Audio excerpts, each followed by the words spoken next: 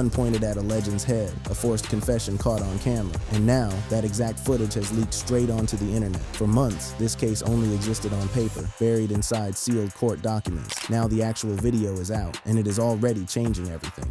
Stick around, because what this footage allegedly shows Pooh Shiesty doing to Gucci Mane is something nobody saw coming. The studio session that turned into a nightmare.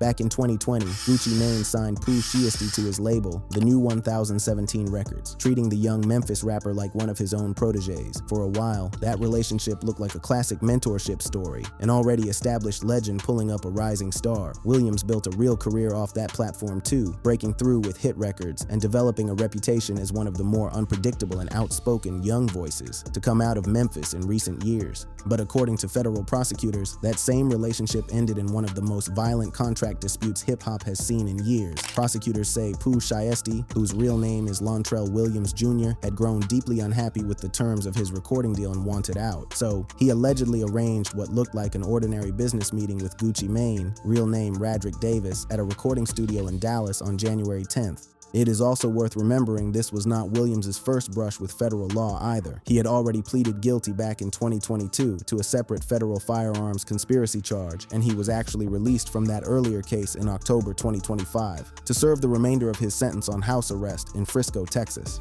Just 3 months after walking free under those conditions, prosecutors say he was already allegedly orchestrating this exact scheme against the very man who had once given him his shot in the industry. Once Davis actually showed up and stepped into the recording booth, the meeting allegedly turned into something else entirely. According to the federal indictment, Williams produced an AK-style pistol, the kind often described on the streets as a chopper, and pointed it directly at Davis while demanding he sign paperwork releasing him from his contract. Davis initially refused, but prosecutors say that refusal did not last long once the weapon came out. Court filings state that another rapper involved in the case, Big 30, whose real name is Rodney Wright Jr., then began filming the moment on his phone, while a separate co-defendant, DeMarcus Glover, allegedly stood by the studio door holding a firearm to make sure nobody walked out. That is when prosecutors say the group forced Davis to say something on camera that would end up defining this entire case, a simple sentence confirming that Pooh Shiesty had officially been dropped from 1017 Records.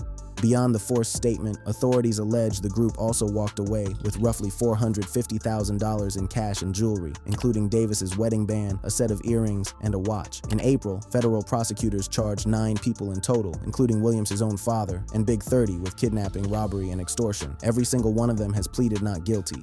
But for months, all anyone had to go on was the indictment itself, because the video everyone kept talking about had never actually surfaced publicly until now. The video that leaked. On Wednesday, July 1st, that changed completely when the actual footage hit social media, and within hours, it was everywhere. The clip appears to show Pooh Shiesty and an alleged affiliate standing alongside a man dressed in a yellow outfit, whose face has been blurred out, though almost everyone watching immediately assumed that man was Gucci Mane based on the voice heard throughout the recording. In the footage, the voice widely believed to be Davis can be heard saying, "I dropped you, Pooh Shiesty's dropped from 1017, followed by, "Bro, we just did that, that's done," language that matches almost exactly what prosecutors described in their original court filing months earlier. Nobody has publicly claimed responsibility for leaking the clip, and its exact origin is still unclear, but it lines up closely with screenshots federal prosecutors had already submitted to the court back in June when they were arguing against Shiesty receiving bond.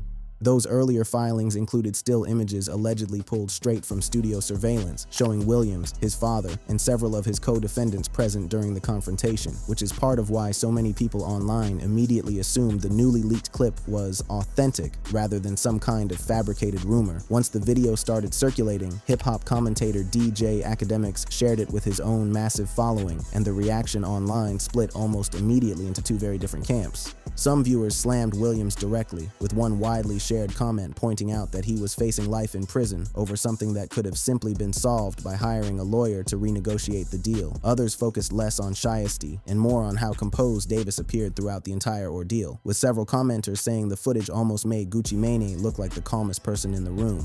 Not everyone watching the leak believed it actually strengthens the case though, and one voice pushing back the hardest was Bradford Cohen, Pooh Shiesty's former defense attorney. Cohen publicly called the leaked footage nasty work, arguing that the clip on its own does not actually prove the federal kidnapping charge prosecutors are pursuing. His reasoning centers on 3 specific points, starting with the fact that the alleged AK-style pistol is never actually visible anywhere in the video that leaked. He also argued that the case should never have been prosecuted federally in the first place, claiming it fails to meet the legal standard required under the Commerce Clause, and he pointed to the lack of any cell phone evidence as another reason the case might not belong in federal court at all. Whether or not that argument holds up, one thing became very clear once this video leaked. The internet was no longer just speculating about what happened inside that Dallas studio. People were now watching pieces of it play out in real time.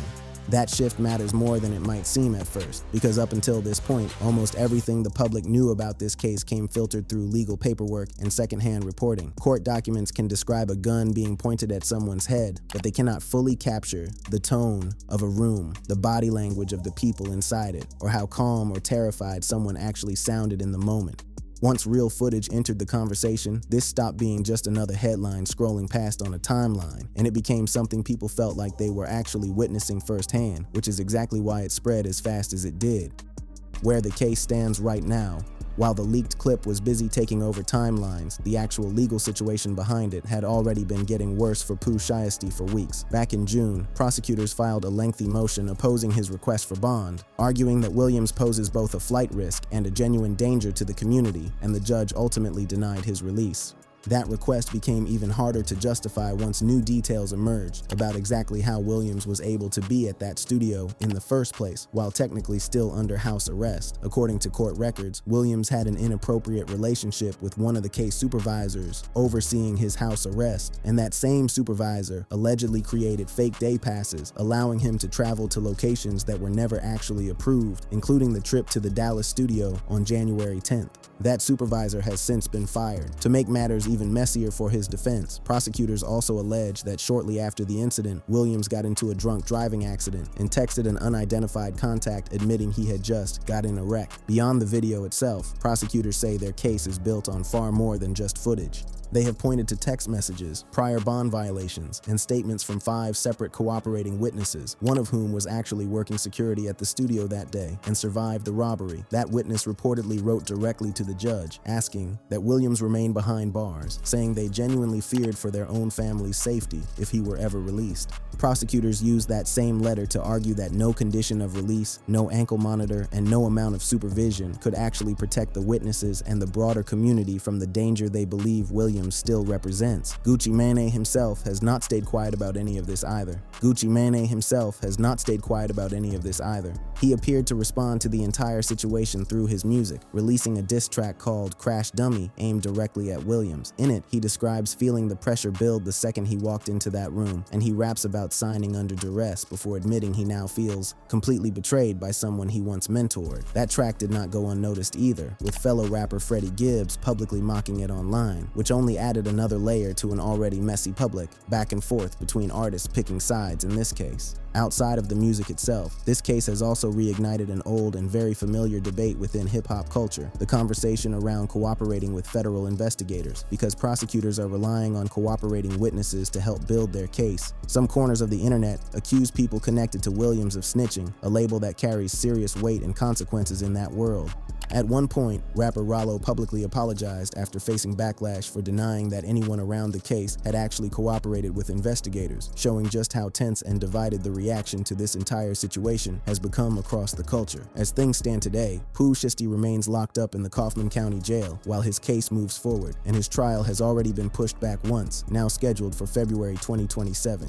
His co-defendant Big 30 has since been released on bond and reunited with his family, but Williams and several others are still waiting behind bars for their day in court. It is important to remember that despite everything in this video and everything inside these filings, nothing has actually been proven yet. Williams and his co-defendants have all pleaded not guilty, and under the law, they remain innocent until a jury says otherwise. So now that you have seen exactly what this leaked footage allegedly shows and how deep this case really goes, do you think this video changes the outcome of the trial, or does Pooh Shiesty's defense still have a real shot at beating these charges? Let me know exactly where you stand in the comments below. If this video kept you locked in, tap one of the cards on your screen for more stories just like it, and I will see you in the next one.